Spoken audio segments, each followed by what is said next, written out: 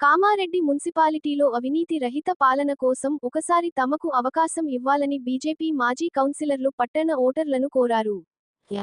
BJP జిల్లా కార్యాలయంలో ఆదివారం మధ్యాహ్నం మీడియాతో మున్సిపల్ బీజేపీ మాజీ ఫ్లోర్ లీడర్ మోటూరి శ్రీకాంత్, 34వ వార్డు బీజేపీ మాజీ కౌన్సిలర్ ఆకుల సూజితలు మాట్లాడారు. బీజేపీ మాజీ కౌన్సిలర్లు హన్మల మాధవి, కాసర్ల శ్రీనివాస్, అవధూత నరేందర్, పండ్ల ప్రవీణ్లు పాల్గొన్నారు. గత కాంగ్రెస్, బీఆర్ఎస్ హయాంలో కామారెడ్డి పట్టణంలో 10-20 కోట్ల అభివృద్ధి చేసి 100 కోట్ల అవినీతికి పాల్పడ్డారని ఆరోపించారు. గత బీఆర్ఎస్, కాంగ్రెస్ పాలనలో అనేక భూకబ్జాలు జరిగాయని బాధితులు గగ్గోలు పెట్టారన్నారని బీజేపీ మాజీ కౌన్సిలర్లు అన్నారు. ఈ క్రమంలో ఎమ్మెల్యే వెంకట రమణారెడ్డి ప్రజాదర్బార్ పెడితే 5,000 దరఖాస్తులు వచ్చాయంటే భూ కబ్జాలు ఎన్ని జరిగాయో అర్థమవుతుందన్నారు. ఇంకా తమ వద్దకు రాని వాళ్లు చాలామంది ఉన్నారని తెలిపారు. అవినీతి రహిత పాలన కోసం ఎమ్మెల్యేగా వెంకట రమణారెడ్డి తీవ్రంగా కృషి చేస్తున్నారన్నారు. అలాగే అవినీతి రహిత, కబ్జాలు లేని కామారెడ్డి కోసం మున్సిపాలిటీ ఎన్నికల్లో తమకు అవకాశం ఇవ్వాలని కోరారు. గత పాలకవర్గంలో బీజేపీ నుంచి గెలిచిన ఒక్క కౌన్సిలర్ కూడా అవినీతికి పాల్పడలేదని స్పష్టం చేశారు. సమావేశంలో బీజేపీ నాయకులు ఆకుల భరత్ కుమార్, హన్మల సురేష్ తదితరులు పాల్గొన్నారు. అందరికీ నమస్కారం. నేను ఆకుల సుజిత, భారతీయ జనతా పార్టీ 34వ వార్డు మాజీ కౌన్సిలర్. ఈ ప్రెస్ మీట్ యొక్క ముఖ్య ఉద్దేశం ఏంటంటే, రానున్న రోజుల్లో, ఇంకా మనకి ఎంతో టైం లేదు, రానున్న అతి కొద్ది రోజుల్లో మనకి కామారెడ్డి మున్సిపల్ ఎలక్షన్స్ రాబోతున్నాయి.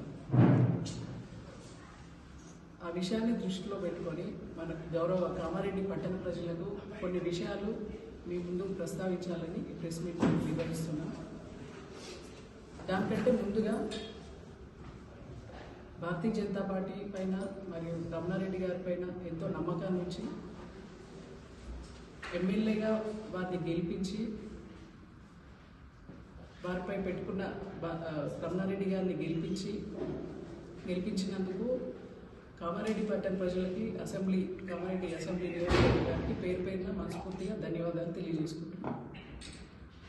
ఏ రకంగా అయితే మీరు రమణన్న గారి మీద నమ్మకాన్ని పెట్టి నమ్మకంతో ఆయన గెలిపించారో అదే నమ్మకంతో ఆయన గత 2 సంవత్సరాలుగా పనిచేస్తూ వస్తున్నారు.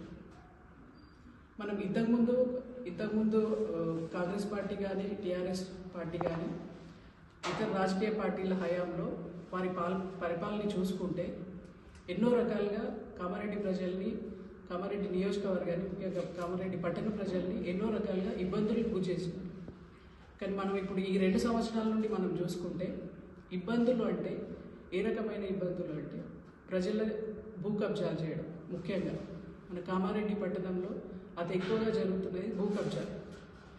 మేము కౌన్సిలర్గా గెలిచిన తర్వాత మా 7 మంది కౌన్సిలర్లు ఒక 2 అటు ఇటు వెళ్ళినా కానీ మిగతా కౌన్సిలర్లు అందరూ గత 5 సంవత్సరాల్లో భూ కబ్జాల మీద రమణన్న గారితో కలిసి ఎన్నో రకాలుగా పోరాటం జరిగింది. దాంట్లో భాగంగానే ప్రజాదర్బార్. మీరు ఒక్కసారిగా ప్రజాదర్బార్ నేను ఎందుకు గుర్తు చేయదలుచుకున్నానంటే, ఆ ప్రజాదర్బార్తో భూ కబ్జాలు జరుగుతున్నాయి అని పట్టణ ప్రజలకు తెలుసు. కానీ ఎంత ఎత్తున, ఎంత మోతాదులో, ఎంత హైలో భూ కబ్జాలు జరుగుతున్నాయి అనేది ఆ ప్రజా దర్బార్లో మాకు క్లియర్గా ఒక పిక్చర్ అనేది వచ్చింది. ప్రజా దర్బార్ నిర్వహిస్తే దాదాపు 5,000కు పైగా అప్లికేషన్స్, భూ కబ్జాల అప్లికేషన్స్ మాకు అందినాయి. నిజంగా 10 కోట్లు ఇతర పార్టీలు అభివృద్ధి చేసిండ్రు అని మనము గత పార్టీ వాళ్ళతో చూసుకుంటే, ఒక 10 కోట్ల అభివృద్ధి చేసి, ఒక 20 కోట్ల అభివృద్ధి చేసి, ఒక 100 కోట్ల భూ కబ్జాలు చేస్తే అది ఎంతవరకు కరెక్ట్? అది జరిగింది. ఎందుకంటే 5,000కు పైగా అప్లికేషన్స్ ఓన్లీ ప్రజా దర్బార్లోనే వచ్చినాయంటే ఇంకా రాని అప్లికేషన్స్ ఎన్ని ఉన్నాయి? అది ఇప్పుడు ఈ 2 సంవత్సరాల తర్వాత భారతీయ జనతా పార్టీకి సంబంధించిన ఏ నాయకుడైనా, భారతీయ జనతా పార్టీకి సంబంధించిన ఏ కార్యకర్త అయినా, మా ఎమ్మెల్యే ఉన్నాడు, ఎమ్మెల్యే అండదండలతో ఎటువంటి పనులకు పూనుకోలేదు. రమణన్ వచ్చిన తర్వాత భూ కబ్జాలు చేయాలని ఆలోచన కూడా చేసే వ్యక్తికి కూడా కంప్లీట్గా భయపడాల్సిన పరిస్థితి ఇప్పుడు వచ్చింది.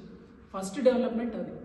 మనకి డెవలప్మెంట్ వైజ్గా మనము చూసుకుంటే ఒక డెవలప్మెంట్ కొంచెం ముందు వెనుక కావచ్చు, కానీ భూ కబ్జాల పేరుతోని మన ఆస్తులను కొల్లగొట్టకుండా ప్రజలను సేఫ్ జోన్లో ఉంచుతున్నారు అన్న. అది మనము ఖచ్చితంగా గమనించాలి.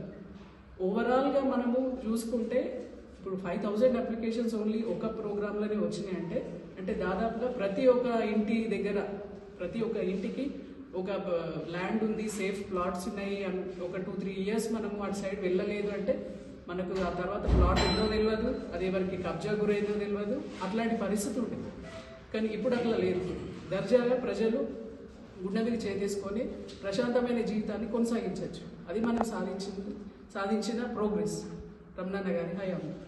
అది మీరు దృష్టిలో పెట్టుకొని ఇప్పుడు ఇంతకుముందు పనిచేసిన 7 కౌన్సిలర్లు 6 కౌన్సిలర్లు ఒకరు వేరే పార్టీకి వెళ్ళినప్పటికీ 6 కౌన్సిలర్లు ఎక్కడ అవినీతి అన్యాయం భూ కబ్జాలు ఎక్కడ జరగకుండా రమణన్న గారి ఆదేశాల మేరకే ఎంతో నిజాయితీగా పనిచేస్తూ వచ్చినాం.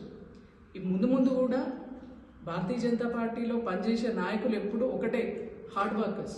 వాళ్ళు ఎప్పుడు డబ్బులు దోచుకోవడం, ప్రజల్ని భయపెట్టి భూ కబ్జాలు చేయడము, ప్రజల ధనాన్ని దోచుకోవడం, అవినీతి అక్రమం అన్యాయం ఇవన్నీ అసలు ఉండవు.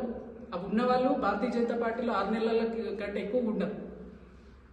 ఇన్ని రోజుల నుంచి ఇన్ని సంవత్సరాల నుంచి మేము భారతీయ జనతా పార్టీలో ఉంటూ పనిచేస్తున్నాము అంటే ఎక్కడ ఏం ఆశించకుండా నీతి నిజాయితీతో పనిచేయాలనే ఉద్దేశంతోనే ఇప్పుడున్న కౌన్సిలర్లైనా కార్యకర్తలైనా నాయకులైనా అందరూ.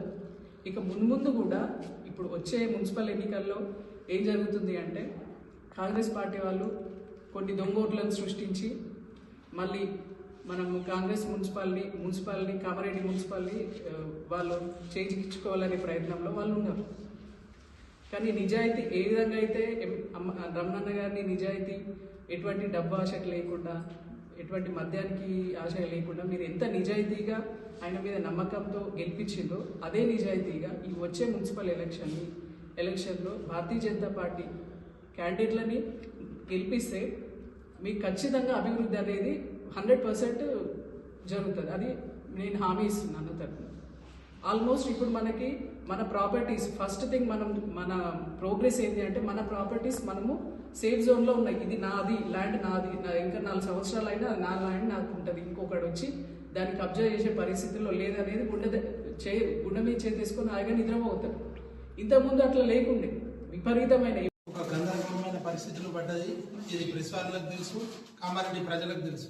ఎందుకంటే ఓటర్ లిస్టులు మొత్తం తప్పుల తడక.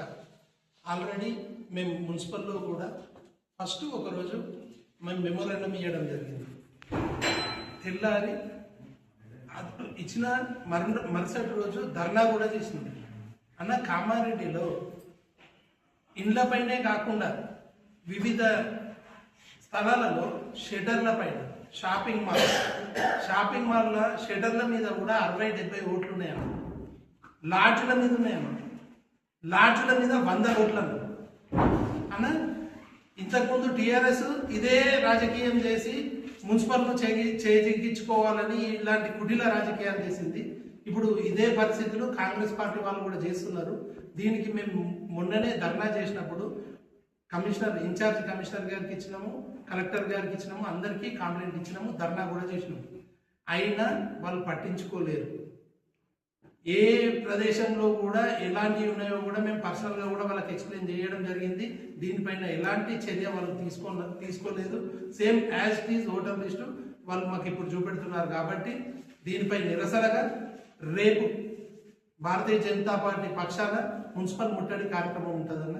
మున్సిపల్ ముట్టడి కార్యక్రమంలో కామారెడ్డికి సంబంధించిన ప్రతి బీజేపీ కార్యకర్త మరియు నాయకులు అందరూ పాల్గొనాలని పత్రికాముఖంగా మేము వేడుకుంటున్నామన్న. భారత్ మాతాకి జై.